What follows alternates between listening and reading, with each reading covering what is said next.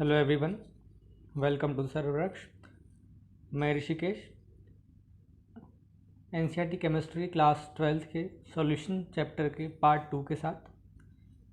Last video में हम parts पर मिलियन तक हमने पढ़ लिया था, तो आज हम स्टार्ट करते हैं मोल फ्रैक्शन से।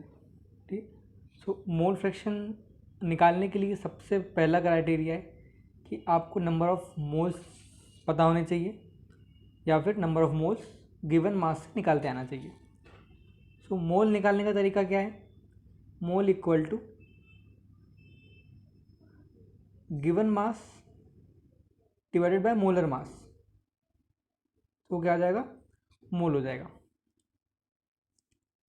सो अगर अब मोल आपको पता है तो हम उससे क्या निकाल सकते हैं? मोल फ्रैक्शन निकाल सकते हैं। हम मोल फ्रैक्शन को एक्स से डिनोट करते हैं, और फॉर एग्जांपल किसी सॉल्यूशन में या किसी मिक्सचर में 2 या 3 या जितने भी कंपोनेंट हैं, उन सभी के मोल फ्रैक्शन को हम जब सम अप करते हैं तो उसका आंसर आता है 1।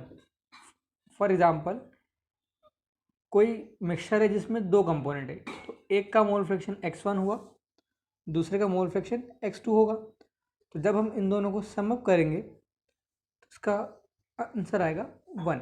मतलब जब मोल फ्रैक्शन का सम करेंगे उस कंपोनेंट्स का तो हमेशा हमें 1 मिलेगा। अब हम बात करते हैं फॉर्मूला की। तो मोल फ्रैक्शन निकालने का फॉर्मूला क्या है?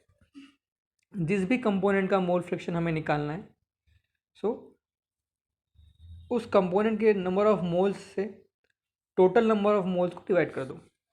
मतलब फॉर एग्जांपल अगर x1 मुझे निकालना है तो x1 क्या हो जाएगा?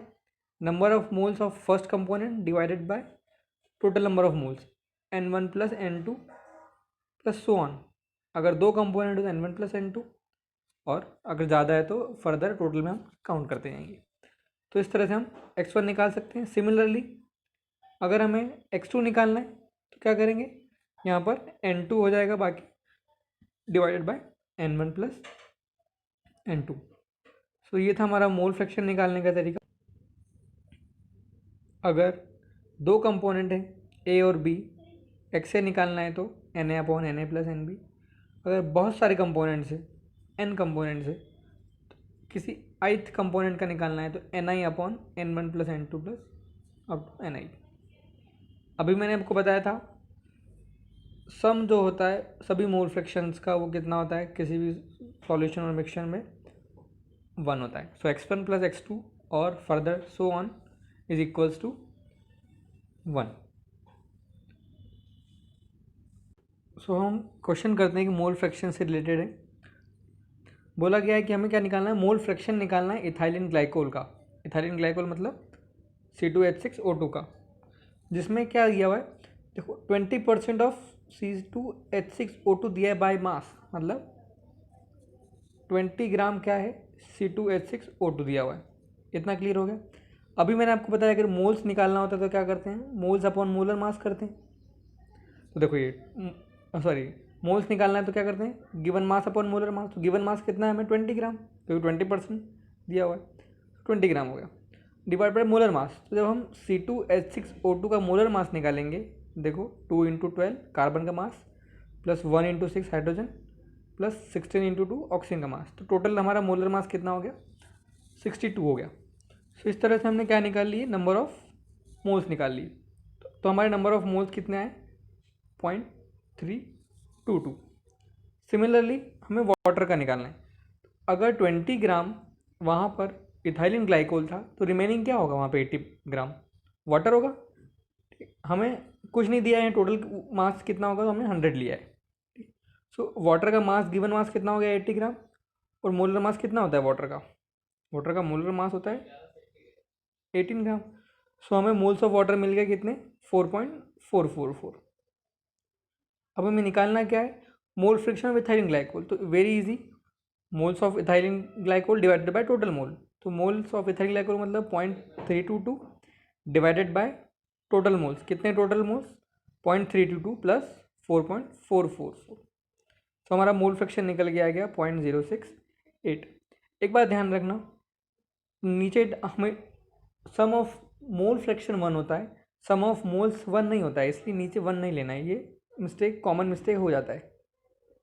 अब हमने इथाइल ग्लाइकोल का तो निकाल लिया मोल फ्रैक्शन। सो अब हमें वाटर का अगर निकालने का बोला जाए तो हम इतनी लेंदी कैलकुलेशन नहीं करेंगे। हम क्या करेंगे, हमें पता है कि x1 + x2 1 होता है, तो हम क्या करेंगे 1 minus mole fraction of ethyl glycol. जैसे 1 minus mole fraction of ethyl glycol करेंगे हमें मोल फ्रैक्शन मिल जाएगा किसका, वाटर का। ठीक है, ये करने में हमें कैलकुलेशन करना पड़ेगा, थोड़ा डिफिकल्ट होगा, दिस इज़ ईजियर। तो ये था हमारा मोल फ्रैक्शन। अब हम बात करते हैं मोलरिटी की। मोलरिटी को हम कैपिटल M से डिनोट करते हैं, और इसको कैसे डिफाइन करते हैं, that is number of moles dissolve in 1 litre of solvent और solution, number of moles of solute divided by volume of solution in litre. तो इस तरह से हम मोलरिटी को डिफाइन करते हैं। फॉर एग्जांपल हमें दिया हुआ है 0.25 मोल पर लीटर NaOH का कंसनट्रेशन दिया है। इसका मतलब क्या है 0.25 m, इसका मतलब इसको हम कैसे डिफाइन करेंगे कि 0.25 मोल है NaOH कितने में, 1 लीटर सॉल्यूशन में।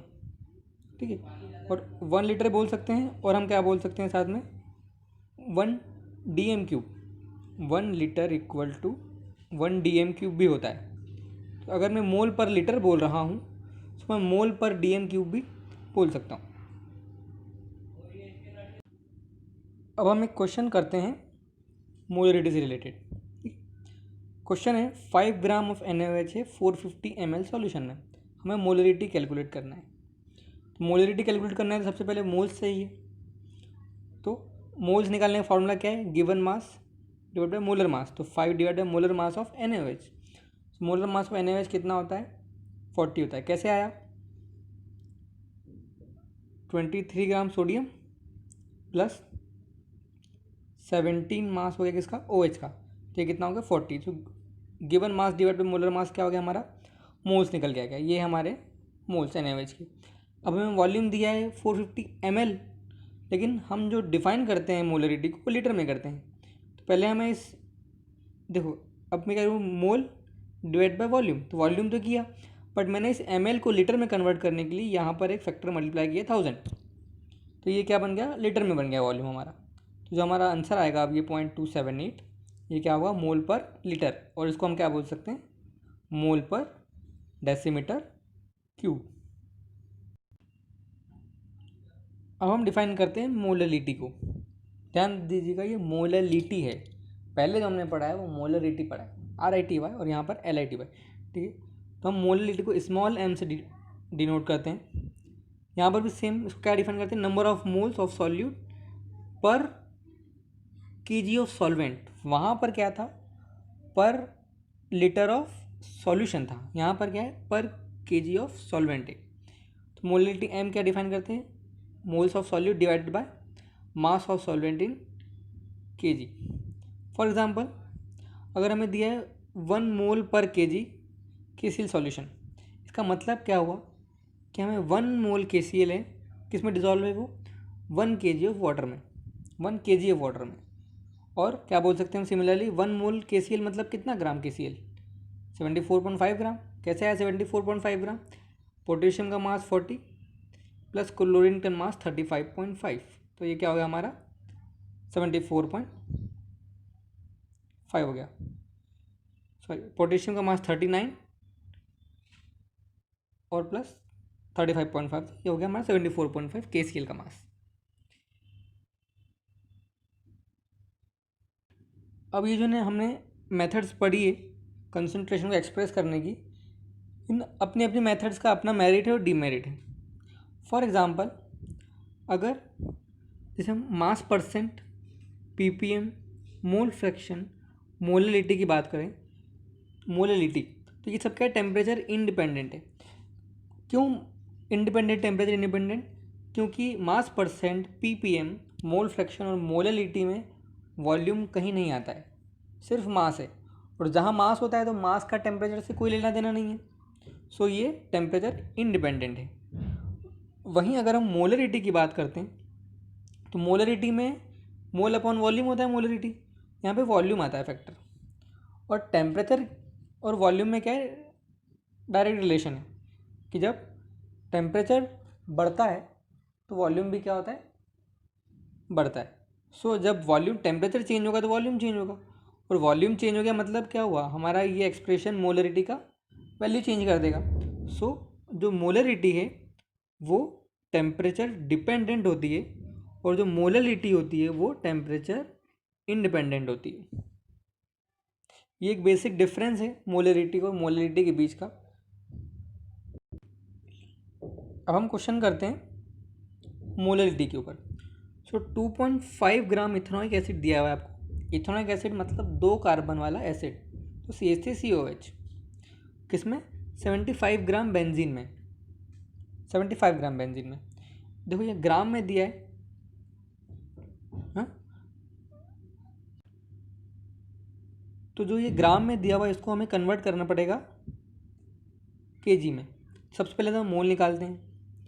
सो मोल क्या होगा, to given mass divide by molar mass. तो गिवन मास क्या है 2.5, और मोलर मास कैसे निकाला, 2 कार्बन का मास 12 इंटू 2 प्लस 4 कार्बन का मास 1 इंटू 4 प्लस 2 ऑक्सीजन का मास 16 इंटू 2, तो हमारा हो गया मोलर मास 60। तो जब 2.5 डिवाइडेड बाय 60 हुआ तो हमें क्या मिल गए, नंबर ऑफ मोल्स मिल गए इथेनॉइक एसिड के। अब मोल्स मिल गए, हम अब क्या करेंगे, 75 ग्राम को कन्वर्ट करेंगे केजी में। तो कन्वर्ट करना है केजी में तो क्या करूँ, 10⁻³ से मल्टीप्लाई कर दूँ, केजी में कन्वर्ट हो गया। अब मोलरिटी के फॉर्मूले में हम ये वैल्यूज पुट कर दें, तो हमने मोल्स की जगह मोल रख दिया 0.0417, और नीचे डिवाइड किया हमने सॉल्वेंट का मास 75 इंटू 10⁻³ सो इस तरह से हमारा आंसर निकल के आया 0.556 मोल पर केजी। और इसको हम कैसे डिनोट कर सकते हैं, 0.556 स्मॉल m, ये किसी तरह से हम इसको डिनोट कर सकते हैं। सो ये हो हमारा मोलरिटी प्रॉब्लम। ऐसे और भी प्रॉब्लम हम सॉल्व कर सकते हैं। अगर आपको कोई भी डाउट आता है प्रॉब्लम सॉल्व करने में तो आप कमेंट सेक्शन में कमेंट कीजिए, मैं आपको उसका सॉल्यूशन प्रोवाइड करवा दूँगा। सो आज की वीडियो में इतना ही। नेक्स्ट वीडियो में हम सॉल्युबिलिटी और आगे का चैप्टर कवर करेंगे। So thank you for watching. Please subscribe the channel अगर आपने अभी तक चैनल सब्सक्राइब नहीं किया है तो। Thank you.